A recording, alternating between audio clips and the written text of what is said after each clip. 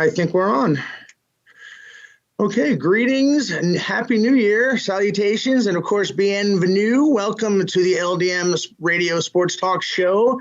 I am your guest host, Scott Blander, coming to you live from Eastern Pennsylvania.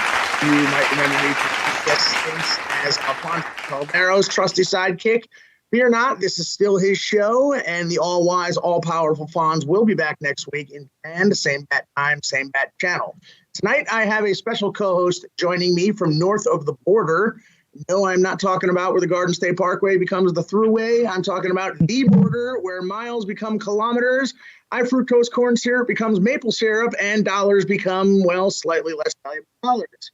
Tonight, we're going international tonight, baby. The true north, strong and free. Please welcome from the smoked meat and poutine capital of the world, the beautiful city of Montreal, Quebec, Canada, my good friend Patrick White. Patrick, thank you for joining us and ensuring that our listeners don't have to listen to me speak for the entire 50 minutes. How are you, my friend? I'm doing great, guys. Thanks a lot for having me on today. It's going to be a pleasure for sure. I think we're going to have a lot of fun today. So Good. Really looking forward to all these great subjects we have to talk about today. So when we get started with some NHL talk. Absolutely. I like where your head is at. We are roughly 1/3 to coming up on 1/2 of the way through the season. COVID wreaking havoc on this particular season. I admire the NHL for doing what they can to try and push through it. But if you look at looking at the standings right now, and you got the Islanders with 28 games played, Colorado 29, and Tampa with 35 and everybody in between. So kind of difficult to get a gauge of the standings right now because of all the games at hand. But we'll start off with my team. I know that I think most of our listeners might be a New York centralized show. So we will start off with the New York Rangers sitting at the top of the Metropolitan Division. Yeah, I have to say they've been looking great. Yeah, they are. And me and Fonz discussed a few weeks ago, they started off 7-3, and it was a joke because they were, at the time, I don't remember what it was, but their goal differential was well in the negatives. They were getting killed or beating teams by one goal. And it was a big joke that they were 7-3. But since then, they've been winning games a little more decisively, and they're beating good teams. And after the COVID break, the Rangers went into the COVID break kind of playing 500 hockey, and we were wondering, like, okay, were they playing above their heads? Are we still a year away? I mean, they have been doing this rebuild for 4 years now.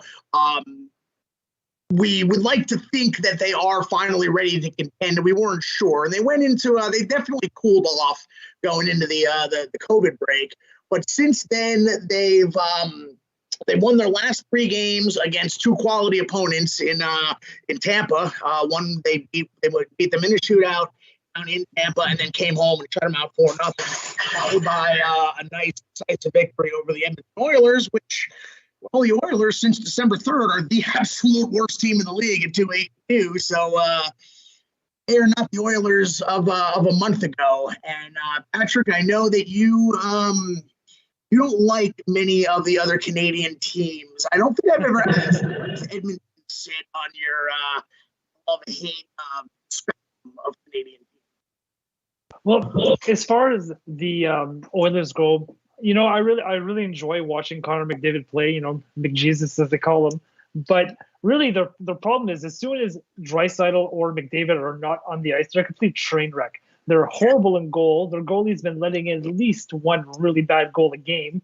And, their top defenseman, his name escapes me right now. Maybe he can help me out. But, he's just logging way too much ice time, and that's pretty much all they got is those 3 guys. And you take them off the ice, they're a complete train wreck. You saw it last year. They could play against a pretty weak Canadian division. Yeah, McDavid and Draisaitl looked amazing, but besides that, again, they just couldn't get it done. And goaltending is a big problem. Defense has been a problem forever. And with they had I don't know how many first overall draft picks in the last decade, and they're pretty much all gone except for Nugent Hopkins and McDavid. So definitely been doing something wrong up there. Yeah, I agree. I mean, they started off, we were wondering for a few years now when they were going to finally put it together. And we thought maybe this was it. So, obviously the last 12 games, terrible, but still early in the season. We don't know if they were playing above their heads then, and now they're just going through a rough patch, because even your best teams are going to have a rough patch. Or were they, was it the other way around? And they are, or are they just not there yet? We thought they were going to be there, and they just aren't. We don't know. But you hit it right on the head. They're very top heavy. That's a problem the Maple Leafs have had. The Maple Leafs lines 1 through 4 are pretty solid. However, their problem in the past few years, since they became good again, was defense and goaltending. And the Oilers appear to have that same problem. As we learned from the Capitals, the first 10 years or so of the Ovechkin era, when they were winning that Southeast Division every single year and then getting knocked out in the first, second round, you can't expect to win games 6-4 in the playoffs. You can't just, have no defensive goaltending and expect to put up 6 goals, because that's not how the playoffs work. Playoffs work in 2-1 game. Absolutely not. And I think the Canadians from last year are a pretty good example of that. We crashed and banged and leaned on Carey Price to make a run to the Stanley Cup final last year. And if we didn't have Shea Weber, if we didn't have Ben Sherratt, there's no way we would have gotten past the first round, because as you saw with Toronto, they're very top heavy, but once you shut down their top guys, they've got nothing going on. Yep, exactly. And that's what I saw when watching the Rangers-Oilers game the other night. When those two were on the ice, it's just terrifying.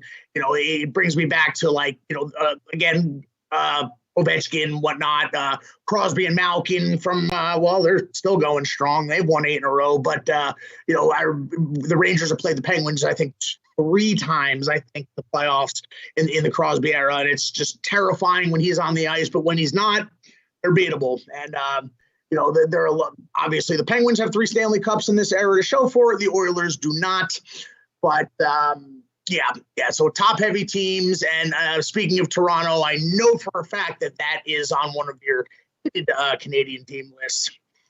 Yeah, for sure. I'm not a big fan of Toronto Maple Leafs, even though I do find their games fairly entertaining to watch. They're usually pretty wide open, high scoring.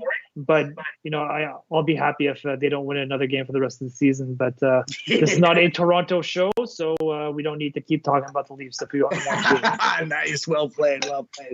Hey, speaking of which, since it is half a Montreal show, let's get into the Habs situation. And again, like you mentioned, the Habs Stanley Cup Finals last year, the quintessential definition of the Cinderella team. They were a lot of fun to watch. They really were. But like you said, I think they relied too much on Carey Price, and they kind of ran out of gas. Not that they ran out of gas. I mean, they just ran into a juggernaut in Tampa.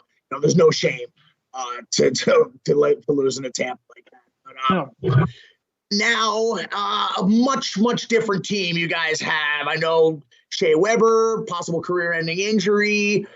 Carey Price took some time off for mental illness, right? Which is fine. These people, we've talked about this. They're human beings first, hockey players second. I've seen, you live up there, you have more interaction, but from what I've seen about Carey Price, the media articles, the videos and whatnot, seems to be like a great, outstanding guy, very fan-friendly guy. So wish him all the best. He is back, right? No, he's not back. He hasn't skated since before Christmas. We're not really sure what's going on with him. He hasn't spoken to the media since the exit interviews last year. So it's been over 6 months that we've heard from Carey Price. They've been very quiet about him. I won't be surprised if he sits out the rest of the season. As you may or may not know, he had to enter the player assistance program for substance abuse, among other things.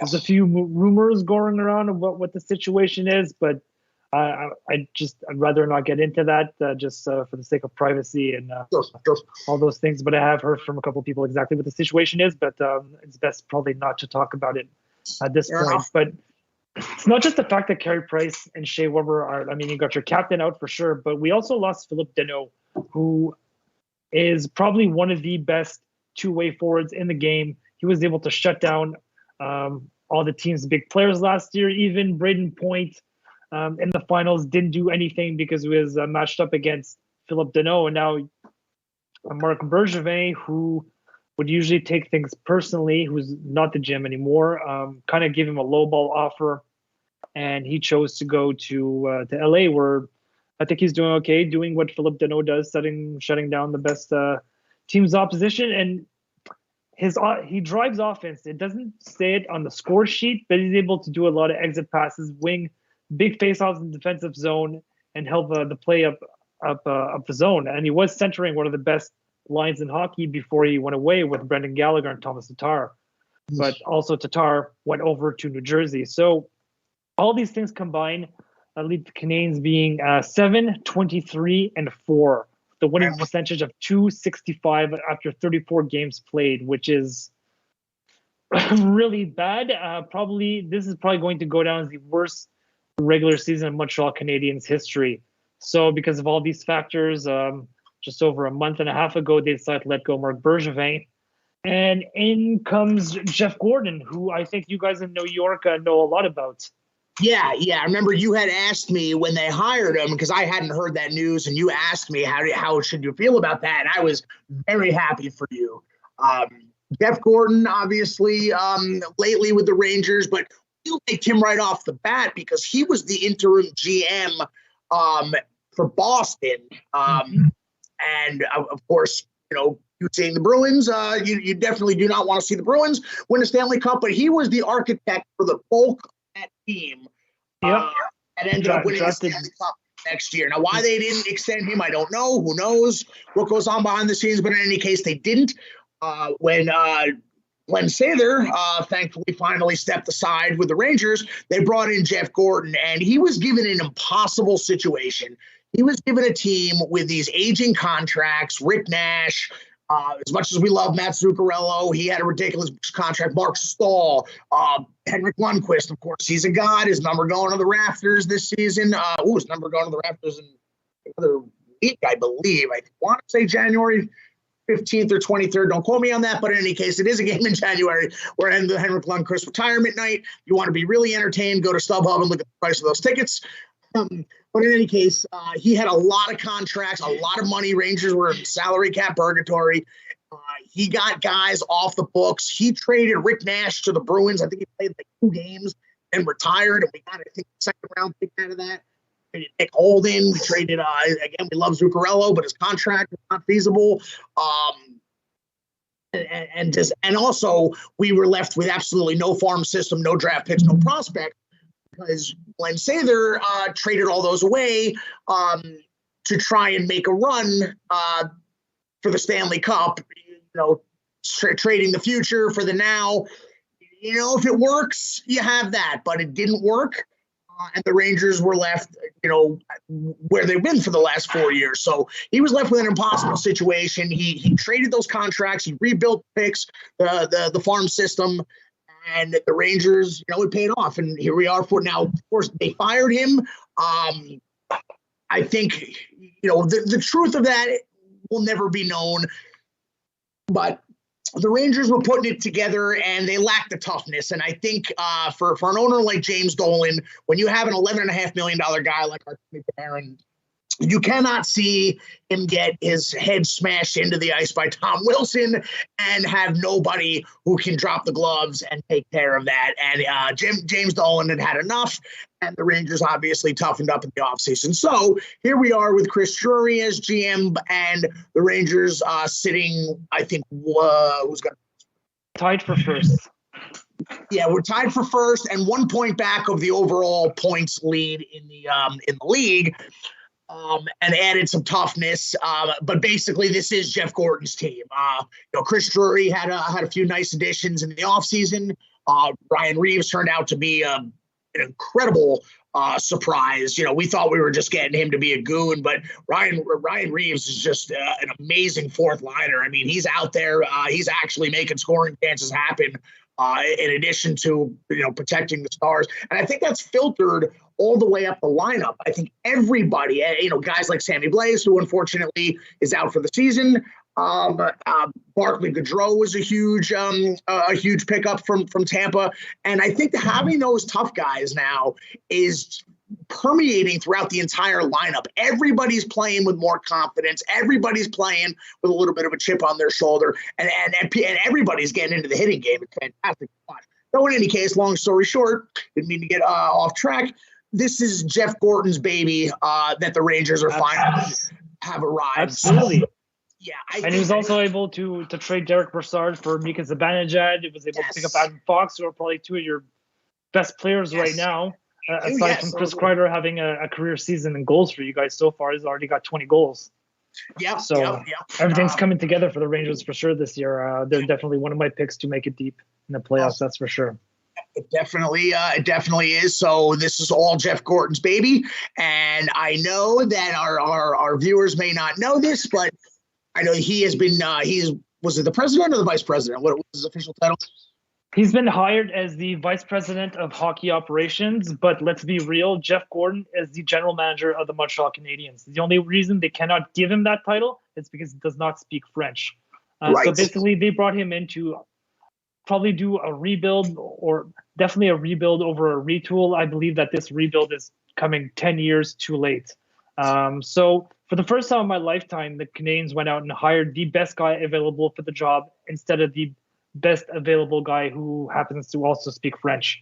So, like I said, they can't give him the GM role because the French media would destroy him, as a certain sector has already started to destroy him, because when you don't do good in Montreal, people get on you in two languages. So, we're just as hard as they are in New York or in Toronto, but you got twice the people coming at you. So in his opening press conference, Jeff Gordon was saying that he'd be looking to somebody to complement his strengths, which I guess we would say are player evaluation, drafting, all those kinds of things. So this week, they actually started doing online interviews with the candidates. And the candidates that have come out are Kent Hughes, who's an agent out of Boston, also a Montreal boy from the West Island, speaks French. He represents some guys like Patrice Bergeron, just to name one. Also, Matthew Darche, who is the assistant general manager or one of the right-hand men to Julien Brisebois down in Tampa. He also played for the Canadiens for a little while, helped them with a run to the conference finals against you guys. Also, Danny Briere is in consideration, who runs the ECHL team down in Philly. Emilie Castonguay, who's a woman.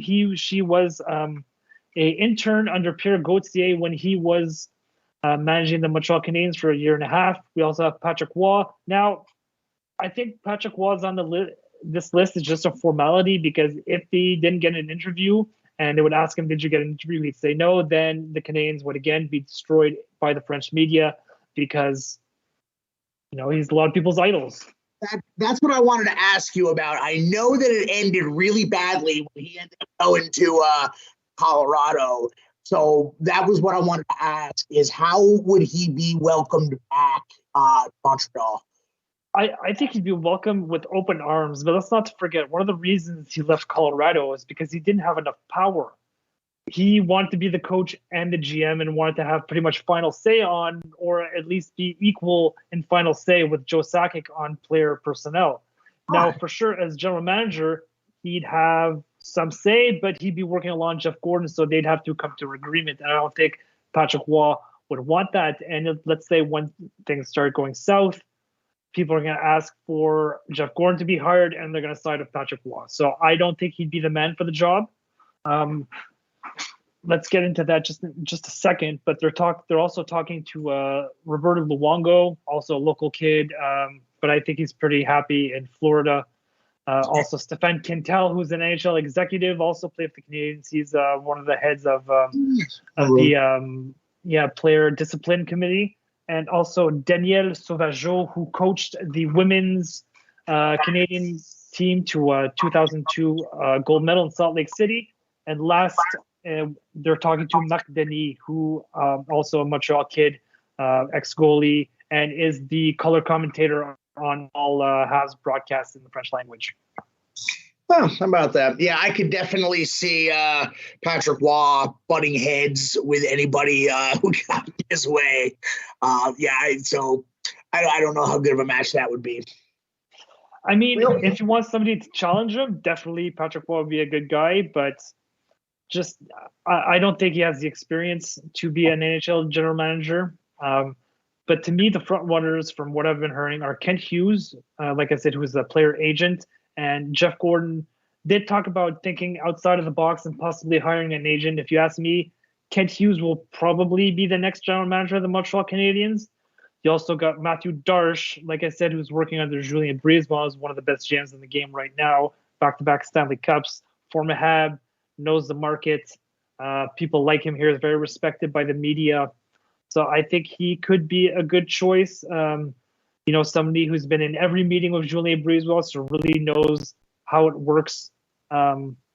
Like I said, again, respected by the media. And then you got Daniel Briere, who runs Philly's ECHL team, getting some good experience. But I really do think when it's all said and done, Kent Hughes will be the next general manager of the Montreal Canadiens. And he checks all the boxes. He's great. He'll have skills that complement Jeff Gordon, when it comes to salary, contract negotiations, is known by the players. From what it sounds like, has a great relationship also with the NHL. And he speaks French, which is something that he has to do. Otherwise, he'll be destroyed by the Montreal media, like they've been already doing with Jeff Gordon. Although he did say he's going to try and learn French. We'll see if that happens, because the fact of the matter is, you can get by in the city of Montreal without speaking a word of French. It's really more for the fans that would want to learn that. But he's only going to speak once, twice a year, maybe. So it's about time they hire the best guy for the job, though. That's what it comes down to, which Jeff Gordon clearly is. Yep, I believe that. All right. Next up, thank you for that. Next up, we got the Winter Classic. We had our annual New Year's Day outdoor game. This time it was at Target Field in Minnesota. It was about time. I've been wondering when they were going to have one in Minnesota. And the weather absolutely did not disappoint. You had St. Louis Blues, Minnesota. Ooh, I almost said North Stars. I almost did it. St. Louis Blues, Minnesota Wild, in what went down as the coldest outdoor game in National Hockey League history, and I believe just hockey history, period. Target Field, 38,619 people, -6 degrees Fahrenheit, which would be -21 Celsius for our Canadian. Yeah, that's real cold. Yeah, I think it was the third coldest outdoor sporting event in North American sports history, and coldest hockey game ever. And prior to that, the coldest hockey game ever was the 2003 Heritage Classic, which I'm sure you're well aware of, which featured you Montreal Canadiens and the Calgary Flames in Edmonton. No, it was Edmonton. It was against the Oilers. Okay, that makes sense. I apologize. Yep. I got my friend in Calgary. We were just talking about these games. He went to the game and he had a Flames jersey on, and he literally just sent me this like 2 days ago. And so that's why in my mind I was thinking Flames. Because there was another Heritage Classic with the Canadiens against the Flames, but the original outdoor game, the first NHL outdoor game, was a Heritage Classic in 2002 against Edmonton Oilers. And forget his name, but the goalie for Minnesota, I believe, was it for Minnesota, pulled a Jose Theodore and put the toque over his helmet, which always looks great when they play outdoor games. Yep, I love that look. But what a period by Jordan Kyrou, though, huh? 2 goals, 2 assists in the second period. I think that's the players have said. I remember Jaromir Jagr was actually very critical of the games because they're pretty much fun for the fans. I mean, yeah, it's got to be a cool experience when the guys step out on the ice, but it's just brutal to play in those conditions. The Heritage Classic was 0 Fahrenheit, right? At 0 would be -18 Celsius. So that was the coldest game in hockey history, now eclipsed by a solid 6 degrees Fahrenheit.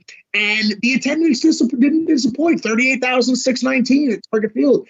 The Edmonton game, 57,167. So hockey fans we're a different breed. So I've always tried to explain this to my other friends that aren't necessarily hockey fans. There's sports fans, and then there's hockey fans. Because hockey is always on a different level in terms of everything. So the fans are going to go out, especially obviously in Canada.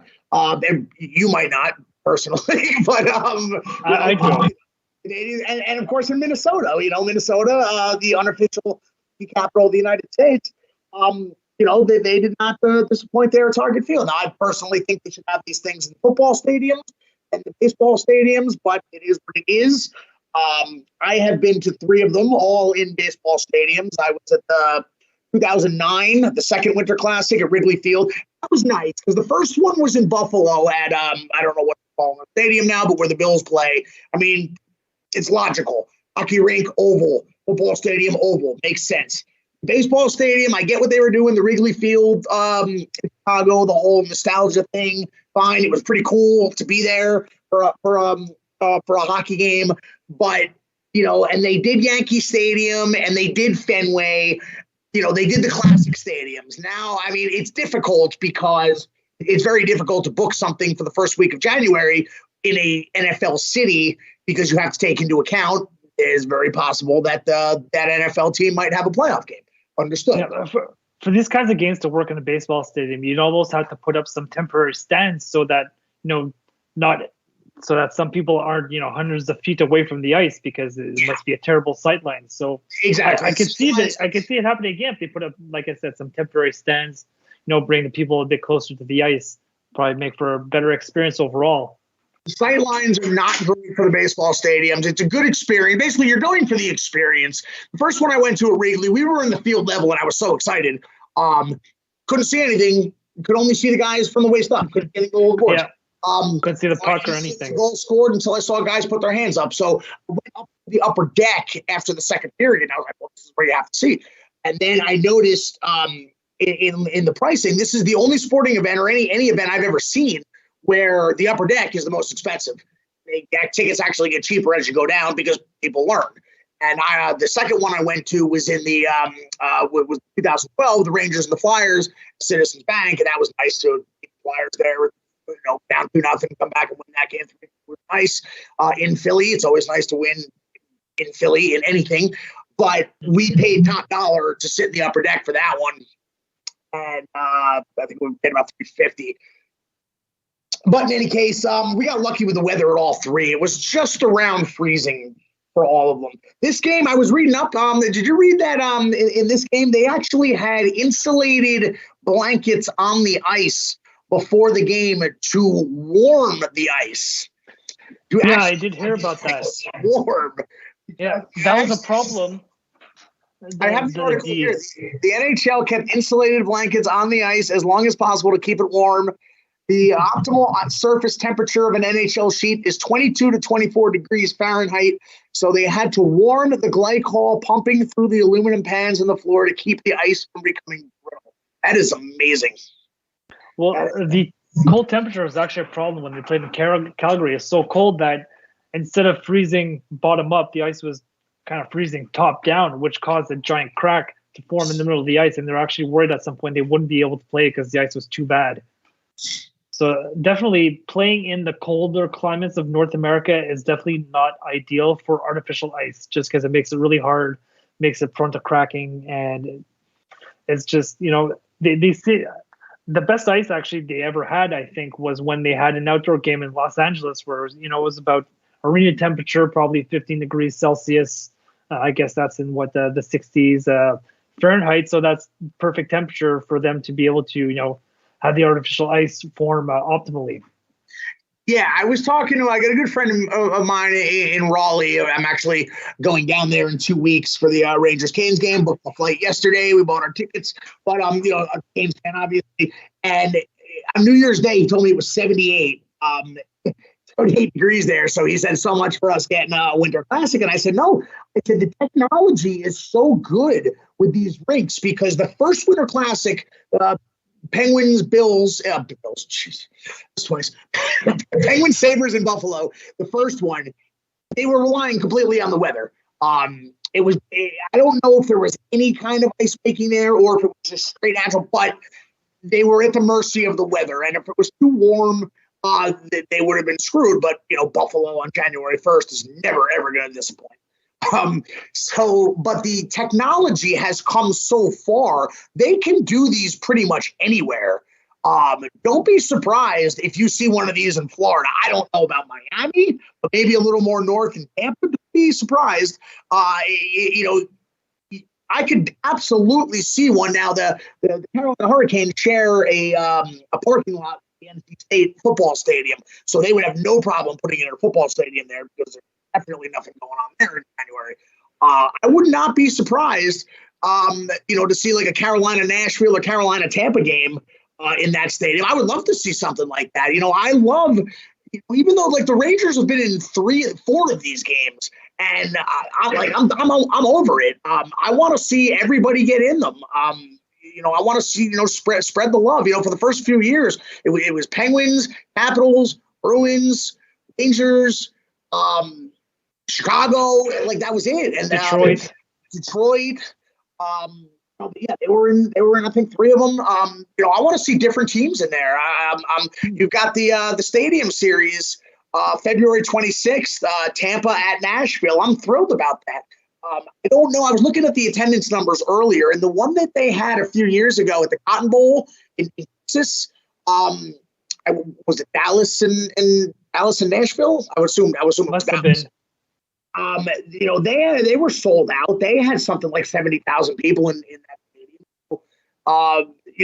These Southern teams, maybe with the exception of the Panthers, these Southern teams have phenomenal fan bases that will fill up an outdoor stadium for these things. Nashville crowd is great. Tampa crowd is great.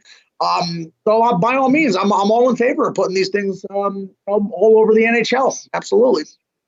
And like last year when it was in Lake Tahoe, unfortunately the sun was a problem because that probably would have looked amazing if they were able to play during the daytime. But if I remember, they started the game, then they couldn't continue because the ice was melting. So that was too bad. So those are the kind of things you need to pay attention to. You don't want to go somewhere where it's too sunny because it's shown that the sun can be a problem for the ice. But speaking of the Panthers, do you think there's a more underrated superstar in the league right now than Jonathan Huberdeau? He's been really tearing it up this year. Yes, and we don't hear about him because he's in Florida. Yeah, no, exactly. There's the Southern teams are never going to get the love and the attention. Another thing, like my Hurricanes fan is always complaining that the Hurricanes might be the best team in the league. If you look at their numbers, their power play, their penalty killing, just everything, their goal differential, they might be the most complete team. And yeah, they're finally number 1 in the power rankings on NHL.com, but they're just never going to get the love. And it's not the same subject. Same thing with Florida. They're just not going to get the love. Look at Tampa. It took Tampa 2 back-to-back Stanley Cups to finally get the respect because they were knocking on the door for a decade. They were doing pretty good though, as far as attendance goes, though, since they had Martin St. Louis and Vinny Lecavalier. Oh yeah, I'm not talking about them in their amongst their own fan base. No, Tampa has a phenomenal fan base. They really do. They have a great fan base. They have one of the larger arenas in the league, over 18,000, I think. Yeah, their original arena was, I believe, 21 or 22, but I'm talking early mid-90s. They have a new arena since then. But yeah, they have a very large arena. No, their fans, they're always packing the house. I was just talking about just national, like hockey writers. Coverage. Yeah. So Florida Panthers, different story. If you watch, pull up the highlights from the Rangers-Panthers game from last week, and you think the Rangers were home when you look at the crowd and you hear the crowd when the Rangers scored a goal. Now, granted, you have Miami, you have all the transplanted New Yorkers, etc. But Ranger fans travel, and Florida, anybody can fill up that arena. For sure. Same thing with the Canadians. There's all kinds of Quebecers that go to Florida for the winter, and one of the reasons they did play, that the Canadians did play the Panthers on January 1st, I believe, when they had 20 guys either injured or in the COVID protocol, and the Canadians actually okayed the game. The NHL asked them if they want to play, and they decided to play. And now I believe the Canadians, now 2 more announcements today, have 24 guys either injured or in COVID protocol. Thank God they don't have a game scheduled until the 12th. Now they're going to be playing 7 straight road games. Probably more because Jeff Molson is waiting for fans to be allowed back into the Bell Center before they come back home. And the next home game is scheduled to be Well, the game against New Jersey on the 15th has already been scheduled. So after that, they're on the road from the 13th until the 24th, and then they're supposed to come back home on the 27th to play Anaheim, Edmonton, and then Columbus. But if you ask me, I don't think those games will be happening. So if anybody thinks that the Stanley Cup will be awarded in June this year, I think they're mistaken. It's going to be another July Stanley Cup final again this year. They won't have a choice. Too many games to reschedule, and they won't have enough in that 3-week break in the month of February. Yeah, I would agree, and that brings us to the next issue, the Olympics and COVID. Now, as we mentioned, we've been talking about COVID wreaking havoc on the league. You got the Islanders, 28 games, and they're out west right now. They're supposed to be doing their Seattle, Vancouver. We'll call it the Western Canada trip plus Seattle. Their entire trip got postponed, so they're desperately trying to make up games. The NHL finally pulled the plug a few weeks ago. Finally pulled the plug on their players going to the Olympics, and that's a good thing. Definitely. In a non-COVID world, how do you feel about pros in the Olympics? I love it. I mean, it's the only way right now we get to see best on best hockey. If you ask me, the last World Cup was kind of a joke with that Team North America and Team Europe, because you had Connor McDavid, you had Austin Matthews, some other guys, playing on this young guns team, which was cool to watch, but you're really not having best on best because Matthews probably would have played for the United States. McDavid would have been playing for Canada for sure. So if they don't bring back a real World Cup, then it's really only the Olympics that you have left. And personally, I love it. Yeah, I love seeing that best on best hockey. I agree. I think in every event, you send the best your country has to offer. Because who's a pro and who's an amateur? The Soviet Union in the Soviet Union, when it was still technically amateur only, as we learned, the Russians had ways to skirt the rules, and their guys were professionals in reality, but in theory they were amateurs because of the way their pay was structured, or they didn't get paid. I guess that's what it was. In the meantime, that's why they were winning gold after gold after gold. That's why Miracle on Ice was monumental, because it was college kids against professionals. And my older quote unquote purist people that I talk to are like, well, we should go back to the amateurs because there'll never be a Miracle on Ice. And I try to explain, it's not going to be another Miracle on Ice anyway. Yeah, the Russians will still be sending their KHL guys out like they did last Olympics. They completely dominated because the KHL is arguably probably the third best hockey league in the world, and they had all their stars from the KHL going there. Like in the 80s, the Russians had guys like Igor Larionov, Slava Fetisov, all going to the Olympics and tearing it up against college kids. And remember that because they couldn't come here. If they came, they had to defect. They had to risk their lives to defect. Remember, Fetisov and Kasatonov were the first ones. Ended up playing for the Devils. Yeah. They couldn't come here. They couldn't come here, so they had them, in the army. They were technically in the army. They didn't see combat. These guys lived like rock stars, but they didn't get a quote unquote paycheck. That's why they were able to maintain their amateur status in the eyes of the IOC, and we're just whooping ass every year. They were treated like soldiers, though. Their life.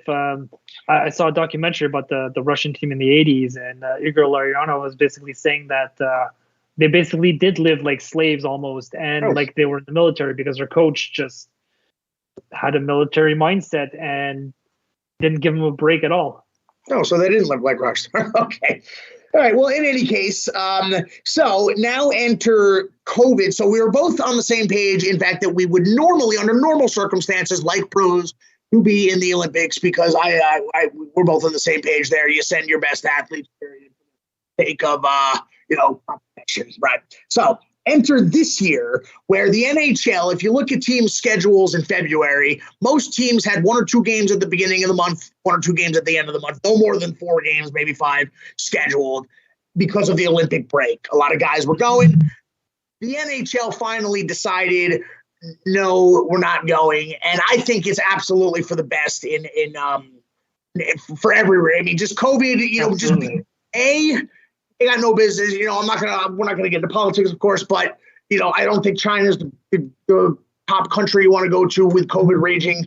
And B, now that since they're canceling all these games and we had the 2-week break, we're going to desperately need that month of February to make up some of these games. Yeah. I think it is absolutely for the best all around. They made the right decision to not have these guys go to the Olympics because the NHL is pretty much in disarray with games played and games to make up. What do you think about that? Yeah, well, just looking at the schedule now, the Canadians weren't scheduled to play between March 1st was to be the last game. Then they weren't going to play again until the 26th of February. So that's like over a 3-week break. But no, I definitely agree. I mean, the decision ultimately came down to the players, whether or not they wanted to go, because it was in the CBA that they would be going to the Olympic Games unless the players decide to pull out. And this time, I believe the NHLPA had a vote, and it came down to the fact that too many guys just didn't feel comfortable going because of the COVID situation. And also I think China's human rights record may have had something to do with that as well, judging the way they've been treating their athletes lately. Yeah. Well, yeah, again, you nailed it there. There's a whole bunch of reasons to not sporting and non-sporting. There's a whole bunch of reasons why they made the right choice to not send the guys. But specifically with all the games played that need to be made up, because like you said, the season is going to go a lot further than it was scheduled. I think the regular season was supposed to go right up to the last day of April, which is about 3 weeks later than normal. Not bad considering the last season ended in August, I think. July? End of July, I believe. I think because the Canadians clinched their berth at the Stanley Cup final on June 24th. So mid-July, I think, is when the season ended. So they had a much shorter break than usual. Also, the Canadians only had, a month and a half off, which I think also has something to do with it. Like you saw Tampa didn't start super hot. They've come around lately, but I definitely think the shortened break had a lot to do with it. Yeah, definitely. Yeah, these guys, they kind of threw the last season. They threw it together, kind of quickly, which is good. I'm glad that they got the season and they did it right. They made the abbreviated season with the bubble, and got playoffs, got Stanley Cup out there. There was no training camp. And then, you have a really abbreviated off season, and you hear the stories, from these teams that are in the Stanley Cup finals. Everybody's playing hurt. By the time you get to the finals, everybody's playing hurt. Some guys are playing with broken bones. The day after the Stanley Cup comes out, they sleep for 20 hours, and the next day they're in surgery. Yeah. Shea Weber is playing with a busted ankle, a busted knee, and a busted foot. So it just goes to show you, all in the same leg. And if he has the ankle surgery, his career is over because they'll have to fuse, the foot to the ankle. Yeah, I remember you saying that. So, combine that with the short off season. These guys could definitely use. On one hand, that break in February would have been nice, but on the other hand, I don't know if 4 weeks, off. If the COVID wasn't an issue, as far as all the games canceled. Then that makes the argument, Olympics aside, that makes the argument, the rest versus rust argument as to whether the 4 weeks off is a good idea. But in any case, it's moot point because they're going to have to schedule these games. Yeah, but now I hear they're going to try and have an all-star game, if I'm not mistaken, which I've been hearing. That's not on the schedule, but I heard they're going to try and have an all-star game this year, which sounds completely ridiculous to me. Yeah, I would agree there. I think I don't think that's a good idea. Just because if you have an all-star game, then there's 4 to 5 days that you can't make up games. I mean, what's the point? Exactly. That's the whole point of not having these guys go to the Olympics. Yes, the whole part of it was having them not go to the Olympics. But the point was you're going to need that month to make up these games. I mean, again, you got the Islanders have played 28 games. That's 7 games less than Tampa, who's played the most, and it's going to get bigger because they're on a canceled 4-game road trip right now. An All-Star game is ridiculous. These guys aren't going to want to do that. Absolutely not. And did they? Is it just completely hypothetical, or did they name any kind of site where they might have it?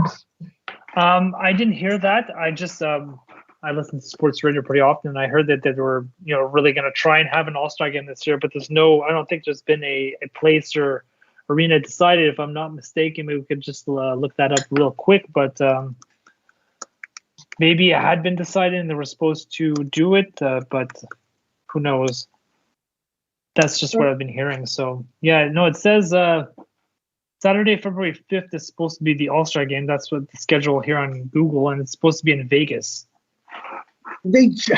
Oh man, that is a rant for another time. I think you know how I feel about the Vegas favoritism. Did they just have the All-Star game? Did they? Did they really? Wait, didn't they had something. Wait, what did they have? They were in the Sound Like a final. Wait, the last All-Star game we had would have been 2020 before COVID. I'm gonna look. Yeah, just before COVID. I want to say that was in Vegas. 2020 All-Star game was in New Jersey, I believe, or okay. Never mind. No, St. Leo's in St. Louis. Oh, you know what it was? It was okay. It wasn't the All-Star game. It was the fact that they put them in an outdoor game. They gave them the Stadium Series last year. Right. Vegas favoritism. That's a rant for another time. We're coming up on the end of the show, unfortunately.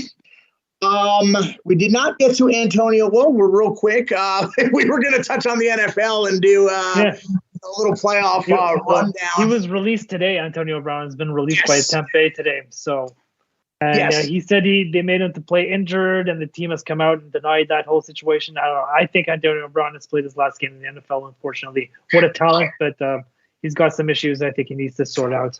Yeah, I would agree. Whether it's CTE or some kind of mental illness, or maybe he's just not a great person, could be any of the three. Whatever the case is, yes, like we said earlier about Carey Price, you're a human being first, you're an athlete second. He's got money.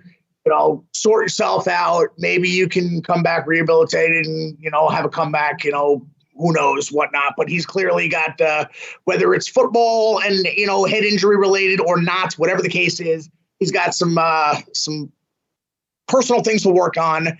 Wish him the best, but so be it. I think Tampa made the right decision, and we got the last week of the season coming up. We got the bonus week. This is the first year that the NFL is 17 games, of course.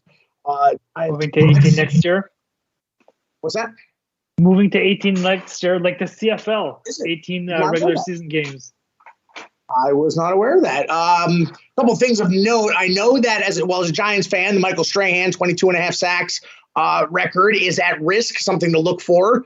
TJ Watt on Pittsburgh needs 1.5 sacks to break that record. So nothing personal against the man, but I will be avidly rooting against him to not get those sacks as a Giants fan. I like TJ Watt. He was a Habs fan in the playoffs last year because of Cole Caulfield went to Wisconsin, and he's also a Wisconsin boy. How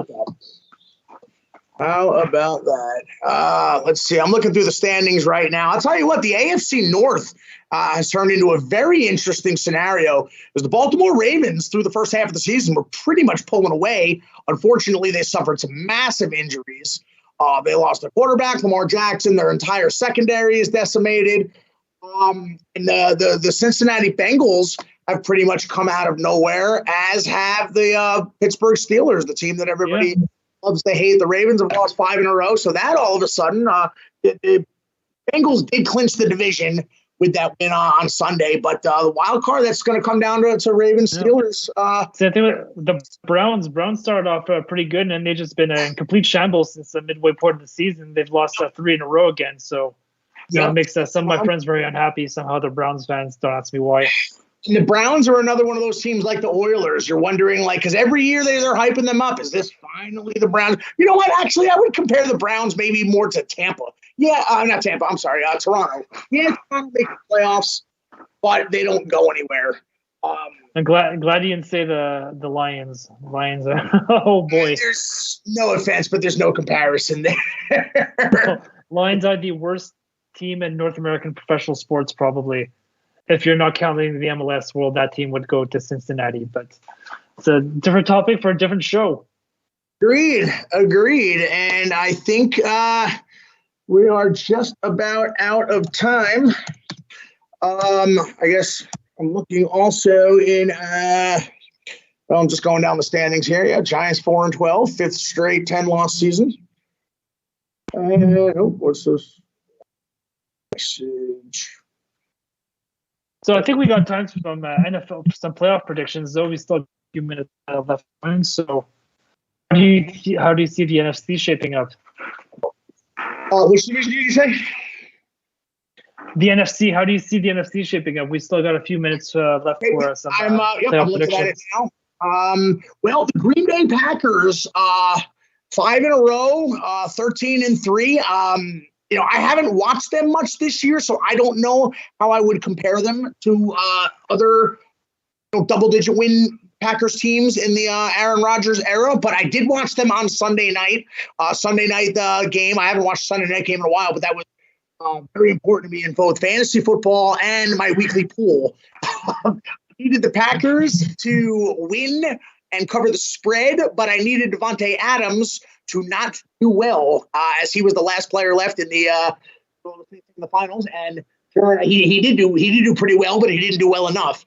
So I ended up rooting. But I did get to watch the Packers. They were just impressive. Now, granted, Minnesota's terrible, but Packers were very impressive to watch there on Sunday night to clinch the 1 seed overall. So looking here, Tampa 12-4. I mean, Tom Brady is having the ageless Tom Brady. He's had one of the best years in his career. He leads the NFL in, I believe, touchdowns and yards. I mean, this guy's ridiculous. I mean, he says he wants to play until 50, but if he wins another Super Bowl, do you think he calls it a career? Who knows? Because they did sign him to a 2-year contract, so technically he's got another year left on his contract after the season. I think it would depend on, and this is not anything like, let me see what I'm going to say. I think it'll depend on what kind of team they have coming back. And that's not, I don't mean to make it sound like, hey, if there's no team, I'm done. Like, cause I don't mean to make it sound selfish like that. But I just think at his age, he's not looking to, if he goes to another team, it's not going to be the Jets or the Giants. So I think if Tampa, brings back everyone, they do win it this year and they bring back at least enough of that team and, fill in any blanks that they lose, why not? I remember back in the late 90s when John Elway finally won one. And then he, you thought he was going to ride off into the sunset like that. And he said, no, I'm playing again. And sure enough, he back-to-back Super Bowls. Rode off into the sunset there. So we just got the notification that we are just about out of time. I had a lot of fun here. I think our viewers and our listeners got a lot of Montreal Canadiens history, and I think they are grateful for that. And I do thank you, Patrick, again for joining us from the north. How cold is it? What kind of weather are you looking at up there? Not too bad. It's only about -4 or 5 Celsius, so that's above zero for you guys. So it's not too bad. It was actually it was a fairly warm day today. So yeah, great. It was a real pleasure joining you guys on the show today, and I'll be happy to do it anytime you guys need me to. Appreciate it. All right. That is all the time we have. Thank you very much for joining us. Thank you again, Patrick. This is the LDM Sports Radio Talk Show. Again, next week, Alfonso Cordero will be back in the driver's seat. Thank you all for listening and tuning in. Have a lovely weekend. Thank you.